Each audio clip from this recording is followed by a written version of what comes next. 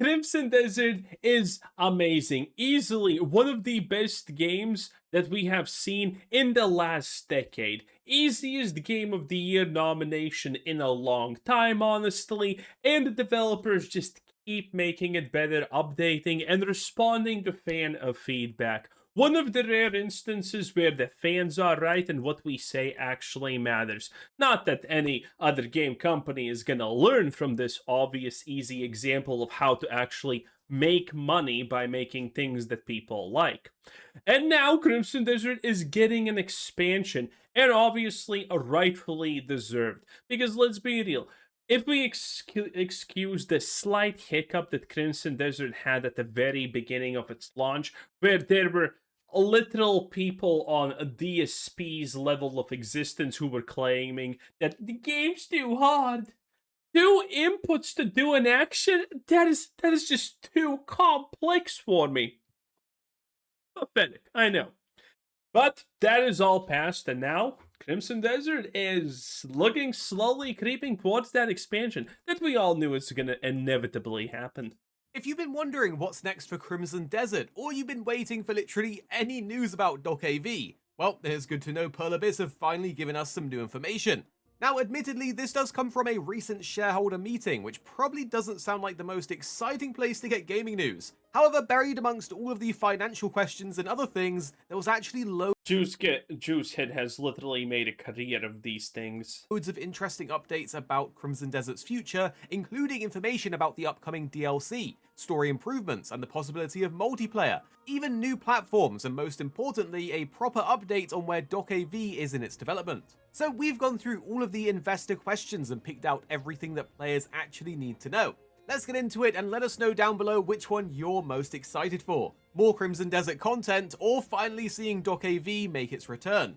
So let's start with the thing that kicked off this whole discussion, because Pearl Abyss gave us an update on how well Crimson Desert has been doing, and the numbers are pretty impressive. According to the Last time we had official numbers, I think it was either 5 or 6 million sales.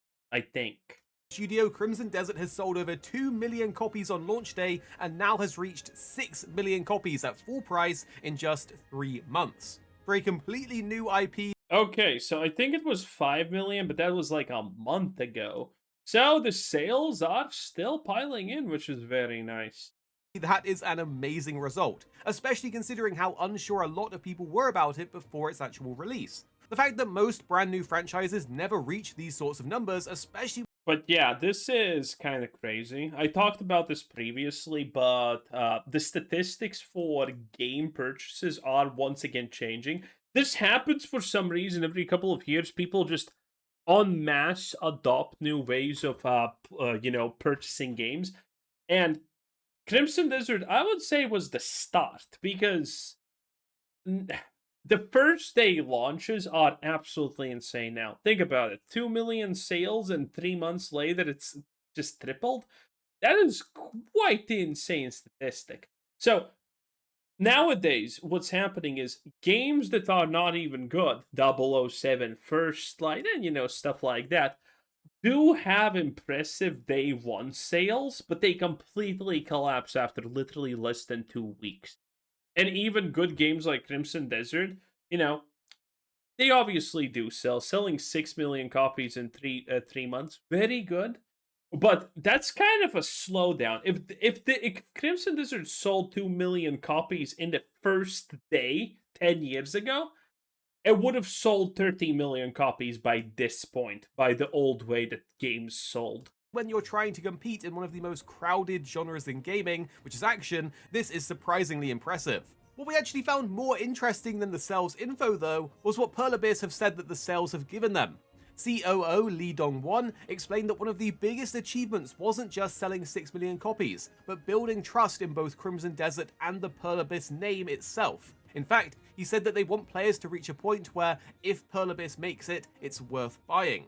And to be honest, we can already see this starting to happen. If you've spent any time reading the comments on Pearl Abyss videos over the last few months, there are loads of people saying how they'll happily buy Pearl Abyss's next game simply because of how much they enjoyed Crimson Desert. Yes, this is what we have not seen for years at this point.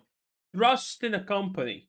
trust that when this company releases something, even if it's not exactly something that you perceive as the best or interesting thing by your standards, you kind of still want to buy because it's just the company, that you trust because they made such a good thing previously.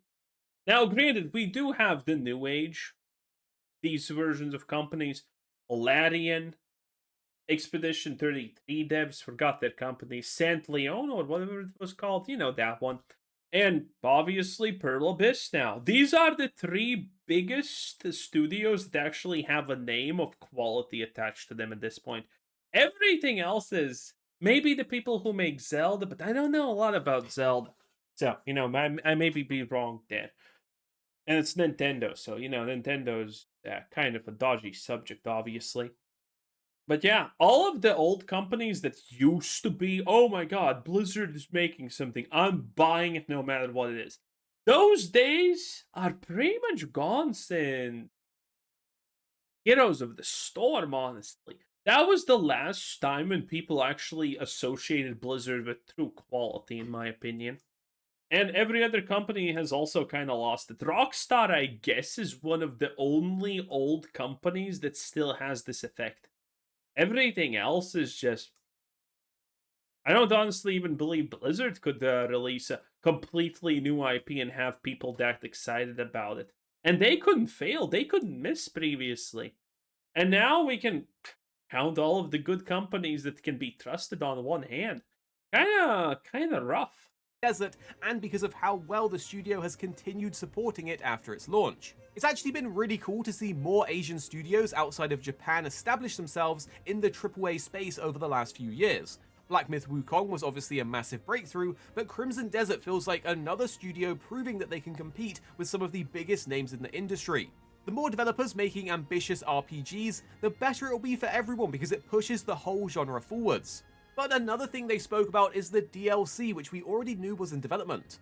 CEO Hyojin Young said that we are currently developing DLC while checking the content direction and completion to ensure that players who enjoyed the main game can find additional fun. He also explained that they're currently considering it to be a paid DLC, even though they haven't completely locked that decision in because they're still discussing pricing. It's gonna be a paid DLC, and I don't think people are gonna even be mad about it. I mean, in general, we're not really that against paid DLC because it's DLC. It makes sense that it's paid. Everyone's kind of accustomed to that. But again, it's paid DLC for a good game.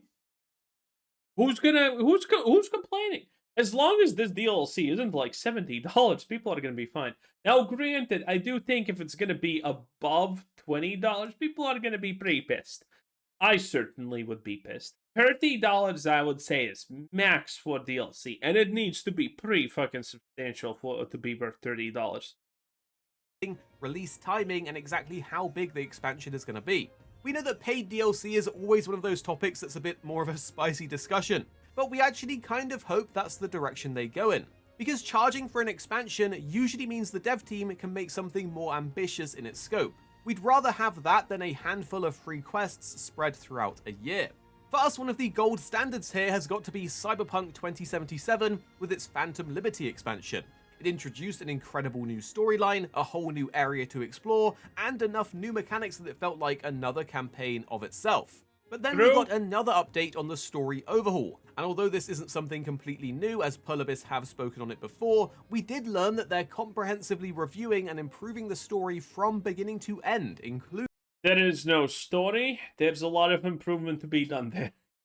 I don't think anyone cares about the story of Crimson Desert, considering we know the rumors were true, obviously, at the end, that the story was just like almost a last minute thing. How was it the year before release they finally got the idea what they're gonna do with the story? So that's why it's kinda like whatever. No one really is buying Crimson Desert for the story. Okay? Arguably Crimson Desert's still better story than Skyrim, but still worse story than Fallout 3. And Fallout 3 is not a good bar. adding cinematics and content. At least, that's what the CEO said during the meeting. So it sounds like they aren't just going to do a few dialogue tweaks, which is pretty good to hear. One thing the shareholders did raise though was whether these weekly patches and the ongoing story rework are slowing down development on the DLC or even DokeV. And according to Pearl Abyss, that is not the case. They said I hate those parasites. Wait, that's such a fallacy.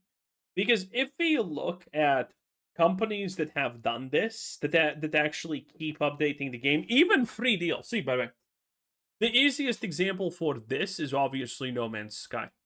No Man's Sky, from an abysmal Cyberpunk 2077 release, is now out on average played by what, 20 to 30k people? And people still buy it constantly. This is their only source of income, by the way. No Man's Sky, the company who runs it, only has that as a source. And they have been maintaining that game and updating it for free for literally a decade at this point, plus, I think, or something like that. It's ridiculous. And they have enough money just from the fact that people just keep buying the game because they hear such amazing things about it, and all the DLCs are free. So, shareholders being retarded once again, and being like, oh, will this actually lower the release rate for the new thing? Yes, it will. And that's a good thing because improving the game on a baseline makes it makes it bigger and longer in the long term. development has reached a point where the dev team can continue supporting Crimson Desert without significantly affecting work on other future projects. Honestly, this is really cool and we're still amazed at how quickly they could pump out those updates. But what about the multiplayer? And this is something that did come up. And although they didn't announce anything officially or lock it in, the team in the meeting made it sound much more like they're open to the idea. The team has said they're conducting various studies on both technical feasibility and gameplay, and that they believe there is room for a multiplayer mode as they continue to expand the Crimson Desert IP. Now, although this would be really cool, the devs were quick to point out that multiplayer isn't something they can simply add later, as it would require new server infrastructure, balancing, and platform stability. But compared to previous Yeah, people want multiplayer, but as far as I understood, this game has never been made with the multiplayer in mind. So that's, and if your game doesn't have the multiplayer to begin with in mind to a certain degree, as far as I understand, upgrading it to that is a massive endeavor. So maybe they're gonna do it at some point because obviously there's a lot of money to be made on multiplayer, right? The drip, and stuff like that. So yeah, maybe they do it at some point, but at this, it doesn't seem like likely right now, at least. interviews where the answer was basically probably not, it seems that they might actually be warming up to the idea of putting it in, which would be nuts. Then Pearl Abyss gave us the biggest DokeV update that we've had in quite a while. According to the studio, the game is now past the world building and asset creation stages and has moved into content production, where the team is refining the core gameplay loop before showing it to players. The downside though is that DokeV is now targeting the I have absolutely no idea what the hell that is, so we're moving on. Surprisingly, we also got a detailed update on a possible The only thing I can tell about this is it looks like it's on the Crimson Desert engine. Switch 2 version. When asked directly about Nintendo's new console, CEO Hyojin Young revealed that Crimson Desert is already being developed to a point where basic gameplay is possible on the hardware. That said, don't expect an announcement just yet, as Pearl Abyss says the challenge isn't getting the game to run, it's ensuring that the Switch 2 can have the same graphics, combat, and open world experience without compromising the quality that players expect. It is pretty cool that they're bringing Oh, that's a nice. That is a nice place to come from. How do you even say that in a more eloquent than a retard way? I wonder. But yeah, that is a nice thing to say from the developers, saying that, oh, we actually care about quality. Caring about quality is one of the easiest ways to make a successful game at this point because there are too many companies that literally just don't care. And first of all, they don't even not it's not even not just caring. It's the fact that they hate us, they mistreat us. So whenever there comes a game that literally says, "Hey, we put our fans first, we put gaming first," that alone is like a super massive boost to everything. the game to other platforms, but performance is probably going to be ropey. Do remember back to the PlayStation 5 and Xbox versions on launch, so hopefully they have improved that since then. Overall, we've actually come away from this meeting feeling pretty optimistic. The 6 million sales numbers is obviously impressive, but the bigger story is that Perlibis aren't treating Crimson Desert like a finished project, and using everything they've learnt here to build DokeV. It might mean waiting a little longer, but if Crimson Desert is now the blueprint for every future Perlibis game, then it's going to be good news for DokeV. As always though, let us know what you think down below. Are you look at that cat. Look at that doggo. more excited to see where Crimson Desert goes next, or are you just waiting for DokeV to finally make that return? We'd love to hear your thoughts, and do subscribe down below because we'll be back with more information on Perlibis, Crimson Desert, DokeV, and your favorite gamers coming very, very soon. Yeah, Crimson Desert is doing everything right. It is what it is. 10 out of 10, I would honestly say in this situation even. Anyway, that was, I forgot. Arix, why can't I never pronounce it? Anyway, gaming, 10 out of 10. Bye.